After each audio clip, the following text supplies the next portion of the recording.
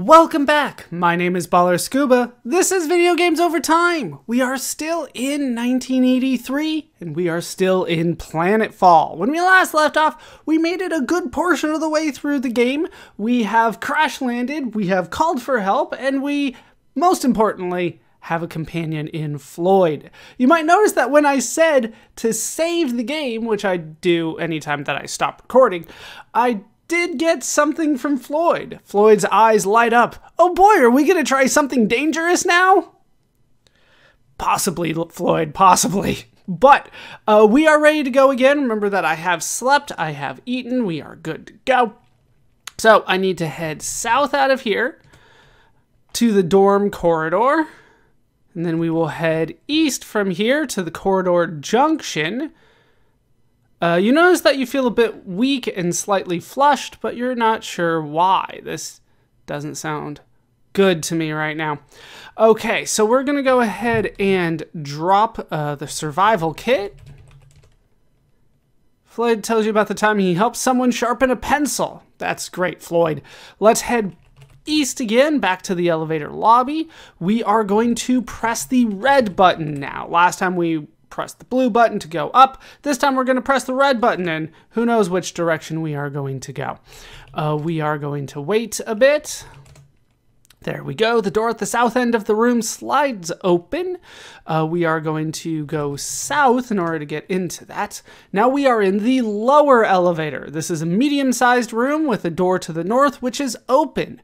A control panel contains an up button, a down button, and a narrow slot.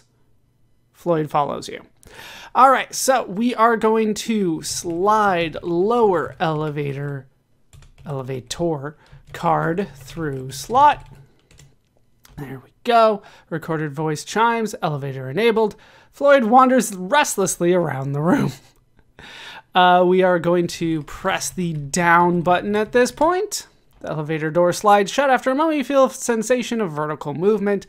We are actually at this point going to drop the lower elevator card. And then we will wait. Floyd rubs his head affectionately against your shoulder. How nice of him. We have made it down to the bottom of the elevator. It took a little bit longer this time. A little bit more distance covered, I assume. The elevator door slides open. Floyd whistles tunelessly. I'm not a fan of that. Get to a tune. All right, let's head north from here to the waiting area. This is a concrete platform sparsely furnished with benches. The platform continues to the east, and to the south is a metal door. Floyd follows you. Let's head east from here to the Calamanti platform. This is a wide, flat strip of concrete which continues westward. A large transport of some sort lies to the south, its open door beckoning you to enter. A faded sign on the wall reads, "Shuttle Platform, Calamanti Station." Floyd follows you. So, do we go in? We do. It seems like a trap, but it'll be fine, hopefully. This is Shuttle Car Alfie.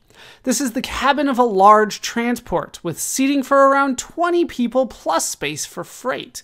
There are open doors at the eastern and western ends of the cabin, and a doorway leads out to a wide platform to the north. All right, we are going to go east from here. Yes, from inside the shuttle car. It's a big shuttle car. To the Alfie Control East. This is a small control cabin. A control panel contains a slot, a lever, and a display. The lever can be set at a certain central position, or it could be pushed up to a position labeled plus, or pulled down to a position labeled minus. It is currently at the center setting. The display, a digital readout, currently reads 0. Through the cabin window, you can see parallel rails running along the floor of a long tunnel, vanishing in the distance. Floyd bounces into the cabin. "Hey, wait for Floyd," he yells, smiling broadly. All right, so we have a card for this slot that at least will help us a bit. So slide shuttle card through slot. A recording of a deep male voice says, "Shuttle controls activated." Okay, we are going to then push the lever. We're going to basically push it from the center to the plus, which hopefully will make us go, forward. The lever is now in the upper position. The control cabin door slides shut, and the shuttle car begins to move forward. The display changes to 5. We are going to drop the shuttle card. The shuttle car continues to move. The display blinks and now reads 10. All right, we are going to wait at this point. All right, time passes. The shuttle car continues to move. The display blinks and now reads 15. You pass a sign which says limit 45. All right, so we're going faster. I mean, we're driving basically at this point, and we want it to go up quite a bit. We want to get some speed here. The shuttle car continues to move. The display blinks and now reads 20. Floyd recalls the time he bruised his knee. How do you bruise your knee? You don't have blood, do you, Floyd? Like, bruise is a blood thing. All right, shuttle car continues to move. It's now up to 25. We're now up to 30. Floyd bruised his knee again. Up to 35. 40. Floyd is still affectionate. 45. Bruised his knee. 50. Whistles tunelessly. 55. Yeah, at this point, I'm going to assume that there's no, whatever, space police or whatever we want to call them. Technically, I'm the space police, aren't I? Like, I didn't officially quit. I just abandoned ship. But I had to. It exploded. All right, we now have made it to 60. We want to then pull the lever. The lever is now in the central position. The shuttle car continues to move. The display still reads 60. The tunnel levels out and begins to slope upward. A sign flashes by which reads, halfway mark, begin deceleration, which is exactly what we are going to do. We will pull the lever again. The lever is now in the lower position. The shuttle car continues to move, and it's now at 55. So then we are going to wait, and wait, and wait. He helped somebody sharpen a pencil once. He also bruised his knee once. Very important. Okay. You pass a sign surrounded by blinking red lights, which says 15. Well, let's get down to 15. All right. Now it says 10. We will lower again. It says 5. We'll lower again to 5. The shuttle car continues to move. The display blinks and now reads 5. The shuttle car is approaching a brightly lit area. As you near it, you make out the concrete platforms of a shuttle station. Floyd yawns and looks bored. We're driving. This is very intense, Floyd. Like, bad things can happen when we're going 60 whatevers per whatever. And we will stop again. There we go. The shuttle car glides into the station and comes to rest at the concrete platform. You hear the cabin door slide open. Floyd relates some fond memories about his robotic friend Lazarus. Once again, did Lazarus die and come back? Get reactivated? You turn him off and on again? All right, let's now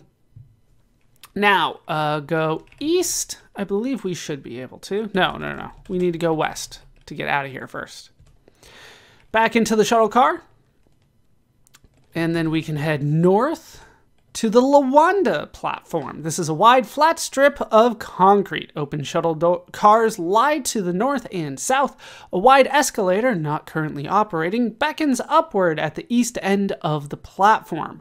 A faded sign reads, Shuttle Platform, Lawanda Station. Floyd follows you.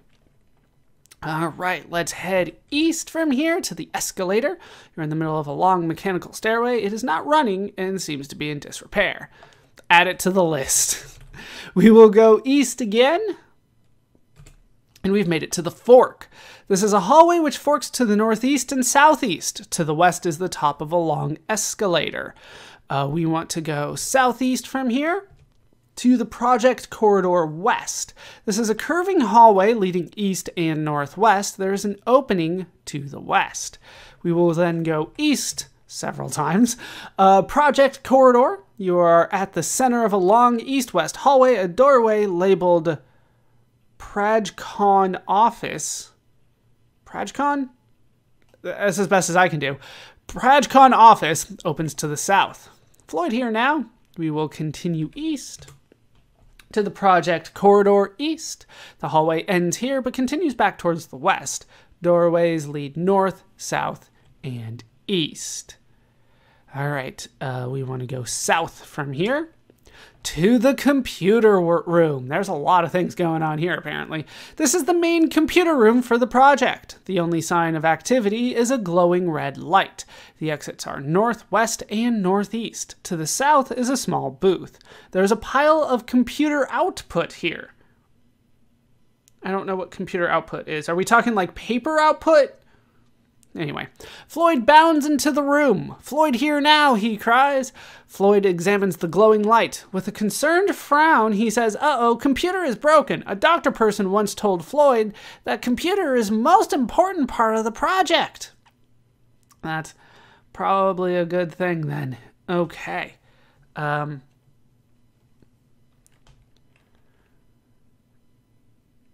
Yeah, we went where we were supposed to go. I'm not seeing the thing that we need here, but we are going to try to do what it tells me to do, which is open lab pocket. Yeah, I didn't think so.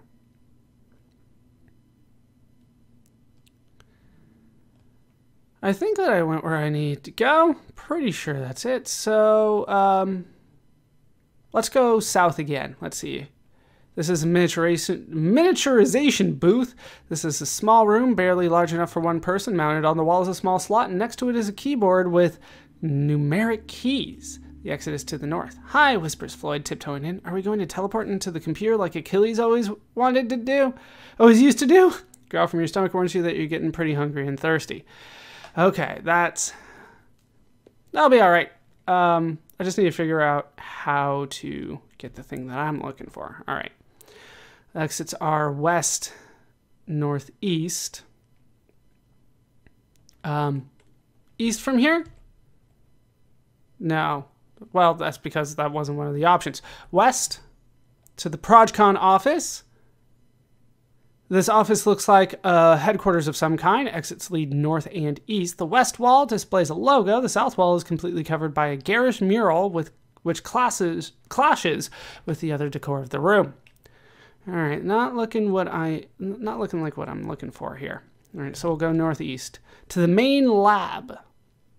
This is the heart of the project's vast laboratory complex. There are exits to the west and southwest and heavy metal doors to the northeast and southeast. Small doorway leads south. Let's go south from here to the lab storage. There we go. That's what I was looking for. This is a tiny room for the storage of laboratory supplies. The sole exit is to the north. Hanging on a rack is a pale blue lab uniform. Sewn onto its pocket is a nondescript logo. The odds and ends on the shelves include a small round object, which closer inspection reveals to be a fresh laser battery. All right, we're going to open that lab pocket.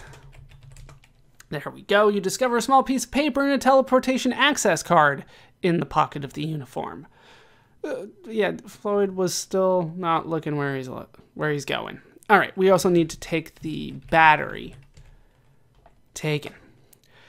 Floyd absent-mindedly recites the first 600 digits of pi. I only got about 30. That's as much as I know. 600 will take you a while. 30 takes me a bit. Okay. From here, we want to, I believe, go north. You notice you feel unusually weak and you suspect that you have a fever. This is not good. This is not good. We will go west from here to the project corridor east. Then we can go north again to the library lobby. This is a carpeted room thick with dust and with exits to the north and south. To the west, up a few steps, is a wide doorway. A small booth lies to the east. You catch a glimpse of a small object nestled among the dust. Sitting on a wide table is a machine of sorts consisting of a video screen and a keyboard. It is currently turned off. Floyd follows you. Okay, we need to go east from here to booth 3. This is a tiny room with a large 3 painted on the wall. A panel contains a slot about 10 centimeters wide, a brown button labeled 1, and a beige button labeled 2. Floyd follows you. All right, we're going to slide the teleport card through the slot. I don't have the card? Didn't I take the card? I didn't actually take the card. This is a problem. Let's go back the way that we were supposed to go. West, south, east, south. Take the card.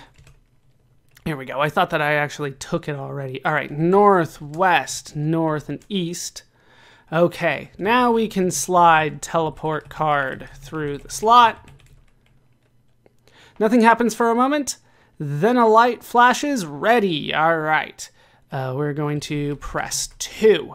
You experience a strange feeling in the pit of your stomach. Floyd gives a terrified squeal and clutches at his guidance mechanism.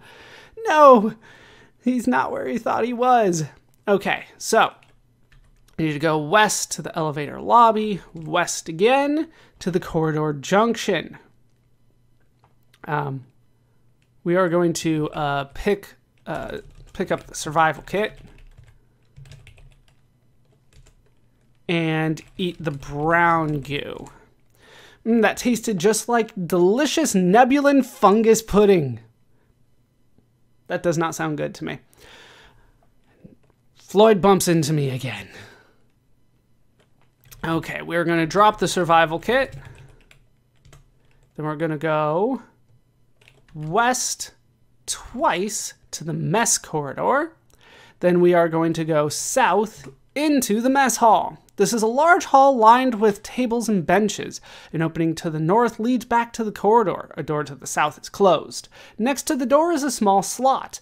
Although the room is quite barren, an octagonally shaped canteen is sitting on one of the benches.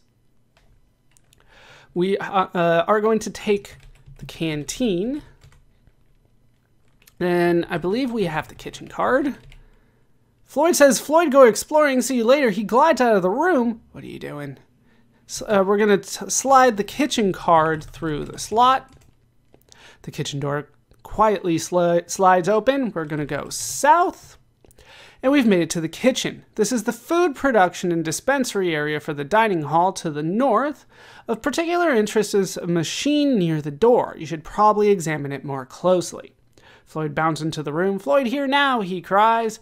All right, where were you? What are you doing? All right, we will examine the machine. This wall-mounted unit contains an octagonal niche beneath a spout. Above the spout is a button. The machine is labeled High Protein Liquid Dispenser.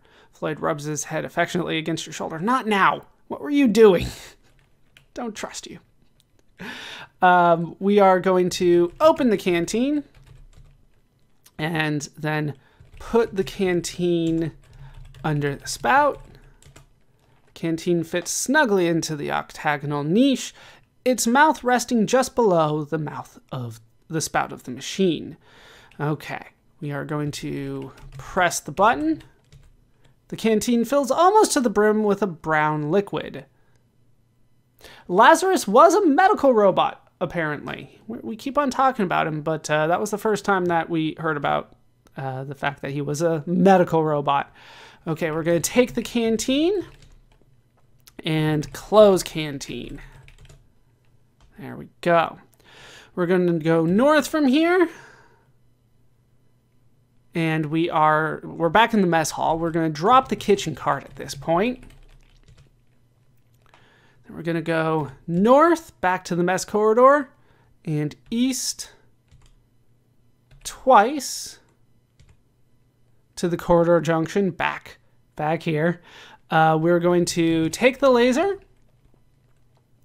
Then we are going to put the battery in the laser.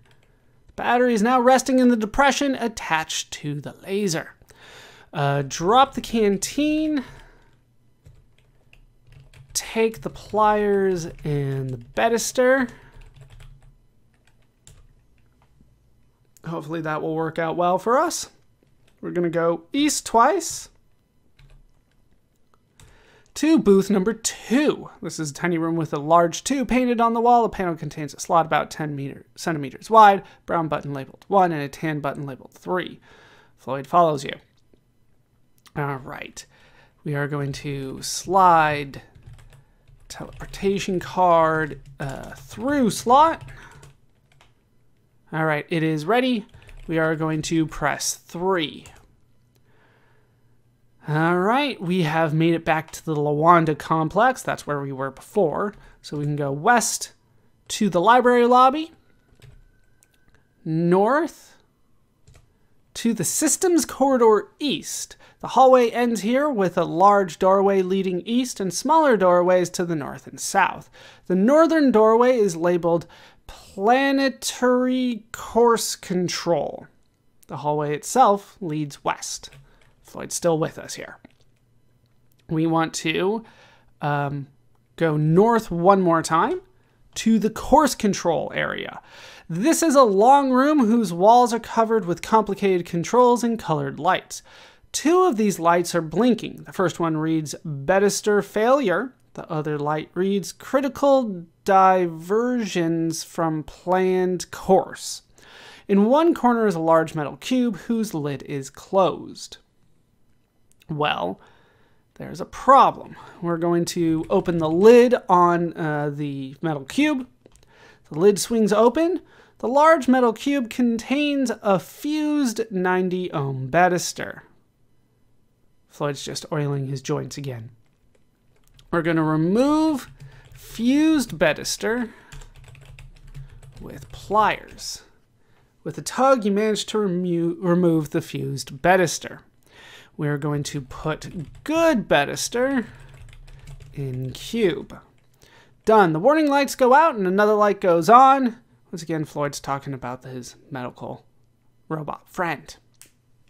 We can then drop the pliers and bedister. Yeah, the fused one we don't need anymore. We don't need the pliers either. We are going to go south from here. Systems corridor east, west twice. Now we're in systems corridor west. The corridor bends here, leading east and southwest. A doorway opens to the northwest, and a narrow stairway leads down to the north. Okay. We will go north from here to the repair room. Once again, a lot's going on here. Floyd has stuff to do. You are in a dimly lit room filled with strange machines and a wide storage cabinets, all locked. To the south, a narrow stairway leads upward. On the north wall of the room is a very small doorway. Lying face down at the bottom of the stairs is a motionless robot. It appears to be damaged beyond repair. Floyd follows you. Floyd points at the fallen robot. That's Achilles. He was in charge of repairing machinery. He repaired Floyd once. I never liked him much. He wasn't friendly like the other robots. Looks like he fell down the stairs. He always had trouble with one of his feet working, right? A planner person once told me that's why they named him Achilles. If memory serves me right, Achilles' right ankle, like right Achilles heel was wrong, right? That's why they call it an Achilles heel. It's a weakness. So people here know like Earth stories at least. I'm still thinking Hawaii. They gave me 2 clues to tell me Hawaii. We'll see about that as we continue though. Okay. We're going to tell Floyd to go north. Floyd squeezes through the opening and is gone for quite a while. You hear thudding noises and squeals of enjoyment. After a while, the noise stops and Floyd emerges, looking downcast. Floyd found a rubber ball inside. Lots of fun for a while, but must have been old because it fell apart. Nothing else interesting inside. Just a shiny Fromits board. Let's go with Fromits board. Okay. Floyd, get that board for me. Floyd shrugs. If you say so. He vanishes for a few minutes and returns holding the Fromits board. It seems to be in good shape. He tosses it towards you, and you just manage to catch it before it smashes. All right, we're probably going to need that for something. Let's go south from here, back to the systems corridor west, east to the systems corridor, and then we're going to go Did we talk about that planetary defense? I think we did. We need to go in there now. Planetary defense. This room is filled with a dazzling array of lights and controls. One light, blinking quickly, catches your eye. It reads, "Circuit board failure. Warning. This board controls the discrimination circuits." There is a small access panel on one wall which is closed. I'm starting to put a little bit together here. Hopefully you guys are too. This is the planetary defense room. It defends the entire planet. That's my thought on it, at least. The discrimination circuits would, in my mind, then be the things that differentiate between things that are a threat to the planet and things that are not a threat to the planet. If those aren't working, there is a chance that this planet destroyed the SPS. Was it SPS? I believe it was. I believe it's SPS Feinstein, the ship that we were on when we started. The Stellar Patrol ship, I think so yeah, SPS. I think that's what happened here. That's what I'm starting to put together. Okay. Let's open the panel. The panel swings open. The access panel contains a first 17 centimeter from its board, a second 17 centimeter from its board, a third 7 centimeter from its board, and a fourth 17 centimeter from its board. All right, it's not really saying which one it is, but you know, you can figure it out, guess, and check. But it's the second board. The from its board slides out of the panel, producing an empty socket for another board. All right, put shiny board in panel. The card clicks neatly into the socket. The warning lights stop flashing. All right, we're going to drop a board. All right, Floyd's here. Honestly, didn't even know he wasn't with me this whole time. All right, so we have repaired the planetary defense system. We sent out the help message. We've done quite a bit. We have fixed quite a few things. We have more to do, though. Let's go south, west, and northwest from here, and we've made it to the infirmary. You have entered a clean, well-lighted place. There are a number of beds, some complicated-looking equipment, and many shelves that are mostly bare. Lying on one of the beds is a small red spool. On a low shelf is a translucent bottle with a small white label. At the bottom of the bottle is a small quantity of medicine. And we might need that. We're going to open the bottle and drink from the bottle. It's a liquid. Did it actually tell us that? It just says it's a bottle with a small quantity of medicine, but it's a liquid, so you need to drink from it. Taking the medicine bottle first, the medicine tastes extremely bitter. Well, that's how you know that it works, but now our fever hopefully will be gone. We can drop the bottle, go southeast, and then go east a couple times, and then we need to go south and east to head back to the booth. We're going to slide. Ooh, this is a tiny room. Slide teleportation card through the slot. And then we're going to press the 2 button. All right, we need to go west twice to get back to the corridor junction where all our stuff is. We need to get the canteen at this point. Then we're going to go east twice, slide teleportation card through slot, then press 3. Okay, we are actually going to drop the teleportation card at this point. You know, if we need it, we'll come back here. Then we need to go west and then south twice to get back to the computer room. We will wait for Floyd to show up at this point. There we go. And he ran into me. That's all right, though. We need to go northeast. Yeah, we need Floyd here. But remember the first time that we came here, he noticed that things weren't, that the computer wasn't working. That's what we need, basically. Okay, we'll go northeast to the main lab. This is the heart of the project's vast laboratory complex. The exits are to the west and southwest, and heavy doors to the northeast and southeast. Small doorway leads south. We need to then go east from here. Growl from your stomach. I'm getting hungry and thirsty again.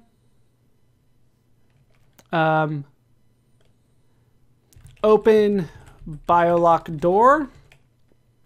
The door opens, then we can go southeast to the biolock west. This is the first half of a sterilization chamber to prevent contamination of the delicate biological experiments in the biolab, which lies beyond. The door to the west leads to the main lab, and the biolock continues eastward. Floyd glides after you. Is this a squash court? He asks. I mean, squash is, I'm not sure if that's just an American thing. It's kind of a form of like indoor tennis kind of a thing. I've never played it myself, but I've played tennis, so it sounds like tennis to me. But it's indoor. It uses a racket. It's kind of like a half between handball and tennis. You hit the ball against the wall, and the other person has to hit it. And you kind of go back and forth. I think it's supposed to be a pun, but I'm not getting it yet. Maybe there's squash somewhere around here. Okay, so once we get that, where do we need to go? We need to go east into the biolock east area. This is the second half of the sterilization chamber, leading from the main lab to the biolab. The doors to the east leading to the biolab has a window. The biolock continues to the west. The door at the western end of the biolock closes silently. Is this a squash court? This is still a joke that I'm not getting yet. We will look through the window. You can see a large laboratory dimly illuminated. Blue glow comes from a crack in the northern wall of the lab. Shadowy, ominous shapes move about within the room. On the floor, just inside the door, you can see a magnetic striped card. Floyd stands on his tiptoes and peers in the window. "Looks dangerous in there," says Floyd. "I don't think you should go inside." He peers in again. "We'll need card there to fix computer." "I know. Floyd will get card. Robots are tough. Nothing can hurt robots. You open the door, then Floyd will rush in. Then you close door. When Floyd knocks, open door again, okay? Go." Floyd's voice trembles slightly as he waits for you to open the door. This doesn't sound good at all. I don't like the sound of this. We're going to send Floyd in because it's too dangerous. Okay, open the door. The door opened and Floyd, pausing only for the briefest moment, plunges into the biolab. Immediately, he is set upon by hideous, mutated monsters. More are headed straight toward the open door. Floyd shrieks and yells to you to close the door. "All right, close the door." The door closes. From within the lab, you hear ferocious growling, the sounds of a skirmish, and then a high-pitched metallic scream. No! No. All right, we're going to wait. Time passes. You hear, slightly muffled by the door, 3 fast knocks, followed by the distinctive sound of tearing metal. Okay, we're going to open the door. The door opens. Floyd stumbles out of the biolab, clutching the mini booth card. The mutations run towards the open doorway. Close it! Oh no. And not a moment too soon. The door closes and not a moment too soon. You hear a pounding from the door as the monsters within vent their frustration at losing their prey. Floyd staggers to the ground, dropping the mini card. He is badly torn apart, with loose wires and broken circuits everywhere. Oil flows from his lubrication system. He obviously has only moments to live. You drop to your knees and cradle Floyd's head in your lap. Floyd looks up at his friend with half-open eyes. "Floyd did it. Got card. Floyd a good friend, huh?" Quietly you sing Floyd's favorite song, the Ballad of the Star-Crossed Miner. You're going to make me sing, are you? "Oh, they ruled the solar system near 10,000 years before. In their single star-crossed scout ships, mining asteroids, spinning lore. Then one true courageous miner spied a spaceship from the stars. Boarded he that alien liner. Wait, where am I? There we go. Out beyond the orb of Mars. Yes, that ship was filled with danger. Mighty monsters barred his way. Yet he solved the alien mysteries, mining quite a load that day. Oh, they ruled the solar system near 10,000 years before, till one brave adventurous spirit brought that mighty ship to shore. As you finish the last verse, Floyd smiles with contentment, and then his eyes close as his head rolls to one side. You sit in silence for a moment, in memory of a brave friend who gave his life so that you might live. And Floyd has died. I apologize for singing, but that's what they wanted me to do. That's not a nice game. Like, that's how you have to beat the game. Like, it's not really a choice here. We're up to 56 points for those who care. 5175 hours. Okay. We did it, I guess. I'm just going to sit here for a little bit. Okay, let's move on, I guess. We will get the card. I mean, that's what we needed. We will go west and open the biolock door again. And we'll go west out to the main lab, west again to the project corridor east, south twice to the miniaturization booth that we saw before. All right, we will slide the mini card through the slot. A melodic, high-pitched voice says, "Miniaturization and teleportation booth activated. Please type in damaged sector number." Okay, we will type 384. We're telling the computer to type 384. You notice the walls of the booth sliding away in all directions, followed by a momentary queasiness in the pit of your stomach. Station 384. I'm sure if I talked to the computer or I looked through the computer output, it would tell me 384 was the problem.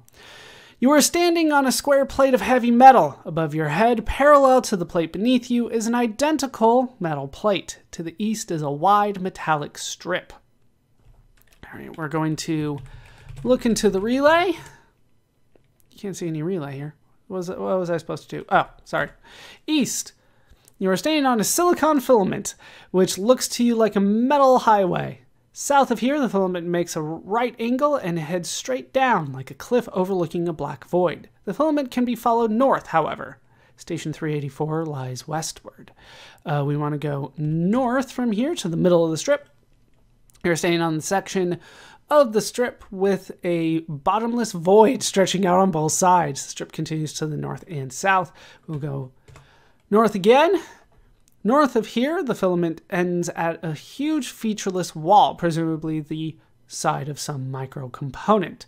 To the east is a vacuum-sealed micro-relay, sealed in transparent red plastic. You can probably see into the micro-relay. There we go. We're at the strip near the relay at this point. Okay, now we're going to look into the relay. There is a vacuum-sealed micro-relay. So it's supposed to be vacuumed the first time? Fair enough. Encased in red translucent plastic.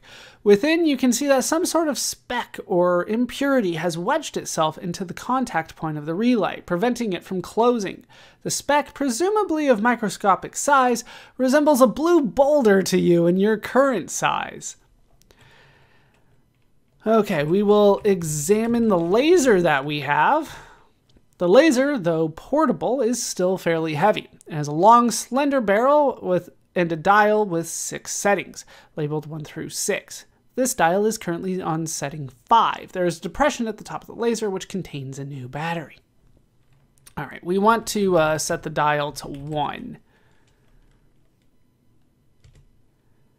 The dial is now set to 1, and we are going to shoot the speck with the laser. The beam just misses the speck. All right, we need to get better aim here. Let's just try it again. A near miss. The speck is hit by the beam. It sizzles a little, but isn't destroyed yet. The laser feels slightly warm now, but that doesn't seem to affect its performance at all. Okay, we're going to keep going. We miss. Good shot, but just a little wide of the target. How are you this bad with the laser? Keep going. The beam hits the speck again. This time it vaporizes into a fine cloud of ash. The speck does. The relay slowly begins to close and a voice whispers in your ear. Sector 384 will activate in 200 millicrons. Proceed to exit station. Okay. We're going to set dial to 6 on the laser at this point. The laser has cooled but still feels somewhat warm. You're now really ravenous and your lips are quite parched. I think we'll be okay. We should be okay. We're going to go south. Uh-oh. Suddenly, with a loud plop, a giant elephant-sized monster lands on the strip and just in front of you. It is amorphously shaped, its skin a slimy, translucent red membrane. While most of your brain screams with panic about the disgusting monster that now blocks your exit, some small section in the back of your mind calmly realizes that this is merely some tiny microbe which has somehow violated the sterile environment of the computer interior. As you stand frozen with fear, the microbe slithers toward you, extending slimy pseudopods thick with waving cilia. It looks pretty hungry and seems intent on having you for lunch. We're in the middle of the strip again. A hungry microbe blocks your way, its cilia waving and its pseudopods towering over you. The microbe slithers closer, the cilia around its gullet glisten with mucus, giving the impression that the microbe is salivating. That's not good. Shoot the microbe with the laser. The laser beam strikes the microbe. The monster rears back for a moment, but almost as soon as the beam goes off, it advances again. A pseudopod extends towards you. You jump back just in time to avoid being engulfed. The laser feels somewhat warm now, but that doesn't seem to affect its performance at all. Okay. We'll keep going. The laser beam strikes the microbe. The microbe's outer membrane sizzles a bit, and some protoplasm oozes out. The microbe recoils momentarily, but quickly recovers. No! The slimy pseudopod brushes against your shoulder. You twist away in the nick of time. Try it again. Let's get it. The laser beam strikes the microbe. The beam slices through the microbe's skin. A tremendous shudder passes through the microbe, but the wound quickly seals itself. Uh-oh. All right, we jumped back just in time again. Let's try it again. Laser beam strikes the microbe. The monster rears back for a moment, but as soon as the beam goes off, it advances again. A pseudopod extends towards you. You jump back just in time to avoid being engulfed. Another pseudopod, perhaps attracted by the warmth of the laser, tries to envelop the weapon. You snatch it away from the monster's grasp. The laser feels very warm now. All right, we'll keep going. It's just rearing back, and then it advances again. Pseudopod shoots out towards your head. Ducking quickly, you save your life. Another pseudopod, perhaps attracted by the warmth of the laser, tries to envelop the weapon. You snatch it away from the monster's grasp. All right, come on, keep going. That's the exact same thing. We are waiting for something here. Keep shooting. There we go. The laser beam strikes the microbe. The microbe's outer membrane sizzles a bit, and then some protoplasm oozes out. The microbe recoils momentarily, but quickly recovers. All right, everything else is pretty much the same, but the laser feels quite hot, but that doesn't seem to affect its performance at all. This is what we've been waiting for. Throw laser at microbe. The microbe gobbles up the laser and turns towards you. A moment later, it begins writhing in pain. Apparently, eating the hot laser was a bit too much for it. With a bellow of agony, it rolls off the edge of the strip. Okay, we need to go south to the strip near the station, and then we can go west. Yes, nothing else here is new. A voice seems to whisper in your ear. Main miniaturization and teleportation booth has malfunctioned. Switching to auxiliary booth. You feel the familiar wrenching of your innards and find yourself in a vast room whose distant walls are rushing straight toward you. We're in the auxiliary booth. This is another small booth. Unlike the miniaturization booth, this room has no slot or keyboard, so presumably it is intended only as a receiving station. The exit is on the northern side. Okay. We're going to open our canteen. Opening the canteen reveals a quantity of protein-rich liquid. We're going to drink from the canteen at this point. That was good. It certainly quenched your thirst and satisfied your hunger. All right. We're going to go north from here to the lab office. And we are... I think this is new for us. This is the office for storing files on biolab experiments. A large and messy desk is surrounded by locked files. A small booth lies to the south. A closed door to the west is labeled biolab. You realize with shock and horror that the only way out is through the mutant-infested biolab. On the wall are 3 buttons. A white button labeled lab lights on, a black button labeled lab lights off, and a red button labeled emergency system. Okay, we are going to open the desk. Opening the desk reveals a gas mask. We are going to wear the gas mask. Yeah, we took it first, and now we are wearing the gas mask. We're close. We're at 75 points here. We need to open the lab door. Oh, west first. Office door is closed. All right, open that door. I have died. I forgot to press the red button. Ah, this is going to take a while to come back. I thought I was missing something. The office door is now open. I thought I could get to the next button. Yeah. Anyway, your score would be 75 out of 80 points. It is day 2 of your adventure. Current galactic standard time adjusted to your local day cycle is 5634. The score gives you the rank of Cluster Admiral. Oh well. According to the Treaty of Gishin 4, signed in 8747 GY, all adventure game players must be given another chance after dying in the interests of interstellar peace. Would you like to restart the game from the beginning, restore a saved game position, or end this session of the game? We have to restore. And that means I have to do this whole session over again. Planetfall 1. So, I will be back, and we'll make it. We were so close. I'll make it where we need to go, and I'll be back. All right, we are where we were when I made my mistake. Let's actually do things right now. I have the gas mask on. We will now press the red button. I should point out that on kind of my way through it again, when we were in the infirmary this time, Floyd found Lazarus, and he had a tear in his eye that he lost Lazarus. Like, as if I needed more reason to get upset about what happened to Floyd. All right, let's press the red button. You hear a hissing from beyond the door to the west. Okay, open the door. Office door is now open. Through the open doorway, you can see the biolab. It seems to be filled with a light mist. Horrifying biological nightmares stagger about, making choking noises. Hooray. We will open... actually, we need to go west into that. Biolab. This is a huge laboratory filled with many biological experiments. The lighting is dim, and a faint blue glow comes from a gaping crack in the northern wall. Some of the experiments seem to be out of control. A ferocious, feral creature with a hairy shelled body and whip-like tail snaps its enormous mandibles at you. A giant plant teeming with poisonous tentacles is shuffling towards you on 3 leg-like stalks.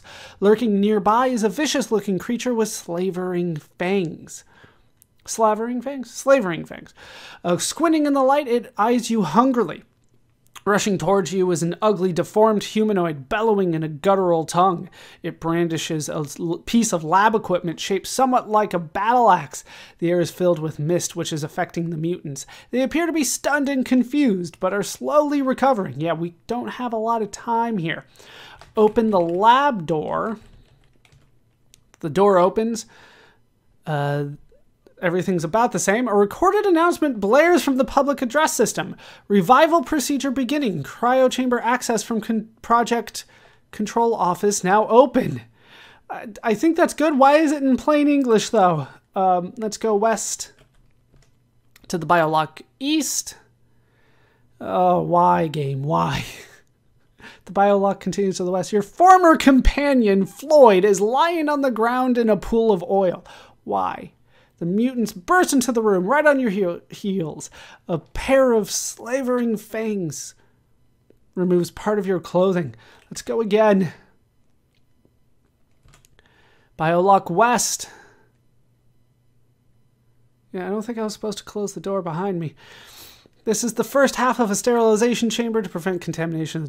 Yeah, all of that is fine. Open the biolock door. The mutants are almost upon you now. Let's go west to the main lab. The mutants burst into the room right on your heels. The growling humanoid is charging straight at you, waving his axe-like implement. We will go west again to the project corridor east. Mutants burst right into the room right on your heels. Needle-sharp mandibles nip at your arms. West again to the project corridor. Mutants burst into the room right on your heels. The humanoid's at me. That is, I believe, 3 times, so we need to go south here to the ProjCon office. This office looks like a headquarters of some kind. Exits lead north and east. The west wall displays a logo. The mural that was previously adorned the south wall has slid away, revealing an open doorway to a large elevator. They're still right on me, though. We'll go south again to the cryo elevator. This is a large plain elevator with one solitary button and a door to the north, which is open. The monsters are storming straight towards the elevator door. Let's press the button. The elevator door closes just as the monsters reach it. You slump back against the wall, exhausted from the chase. The elevator begins to move downward. All right, we will wait. Notice that I do have 80 points now. The elevator door opens onto a room to the north. All right, we will go north here. I have a feeling that I know that this is the end of the game here. I have a feeling, though, once I hit the button again, the rest of it is going to go away, and I'm not going to be able to read it. So I'm going to read this, and then chances are I will have to be back with the rest of the writing at some point. So hopefully I can get that. But let's read what we have here first. We are in the cryo anteroom. The elevator closes as you leave it, and you find yourself in a small, chilly room. To the north, through a wide arch, is an enormous chamber lined from floor to ceiling with thousands of cryo units. You can see similar chambers beyond, and your mind staggers at the thought of the millions of individuals asleep for countless centuries. In the anteroom where you stand is a solitary cryo unit, its cover frosted. Next to the cryo unit is a complicated control panel. A door slides open and a medical robot glides in. It opens the cryo unit and administers an injection to its inhabitant. As the robot glides away, a figure rises from the cryo unit, a handsome, middle-aged woman with flowing red hair. She spends some time studying readouts from the control panel, pressing several keys. As other cryo units in the chambers beyond begin opening, the woman turns to you, bows gracefully, and speaks in a beautiful, lilting voice. "I am Valdina, leader of Reseda. Thanks to you, the cure has been discovered, and the planetary systems repaired. We are eternally grateful. You'll also be glad to hear that a ship of your stellar patrol now orbits." All right, let's see if they'll let me read it. They will. All right, we got a little bit more here. "Now orbits the planet. I have sent them the coordinates for this room. As if on cue, a landing party from the FPS Flathead materializes nearby. Blather is with them, having been picked up from deep space in another escape pod, babbling cravenly. Captain Sterling of the Flathead acknowledges your heroic actions and informs you of your promotion to Lieutenant First Class. As a team of mutant hunters head for the cryo-elevator, Veldina mentions that the grateful people of Reseda offer you leadership of their world. Captain Sterling points out that even if you choose to remain on Reseda, Blather, demoted to Ensign 12th class, has been assigned as your personal toilet attendant. You feel a sting from your arm and turn to see a medical robot moving away after administering the antidote for the diseases. A team of robot technicians step into the anteroom. They part their ranks, and a familiar figure comes bounding towards you. "Hi!" shouts Floyd with uncontrolled enthusiasm. Floyd feeling better now. Smiling from ear to ear, he says, "Look what Floyd found." He hands you a helicopter key, a reactor elevator card, and a paddleball set. Maybe we can use them in the sequel. Breaking the fourth wall again, I see. All right, let's hit the button again, see if it crashes on me. It usually does at the end. No, it didn't. Very nice. I love this. All right. Your score would be 80 out of 80 points. It is day 2 of your adventure. Current galactic standard time, adjusted to your local day cycle, is 5613. This score gives you the rank of Galactic Overlord. Would you like to restart the game from the beginning, restore a save position, or in this session of the game? We have done it! And Floyd didn't die! Floyd came back! We saved Floyd. We are now the ruler. Blather is underneath us.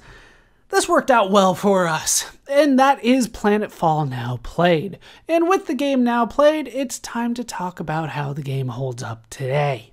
Playing the game today, I do have to say that the game is most definitely fun. I got a lot of enjoyment out of this game, and a lot of the enjoyment that I got derived from the plot of the game, which is not necessarily something that we could have said in any other game that we have done. The plot of the game is really what propelled this forward. It really did feel like a story that we were playing, much more than I would say any of the other Zork games, or even Deadline. Even though there was a murder mystery going on, this was a story being told from the perspective of this space patrolman. I guess we never really got a name for him.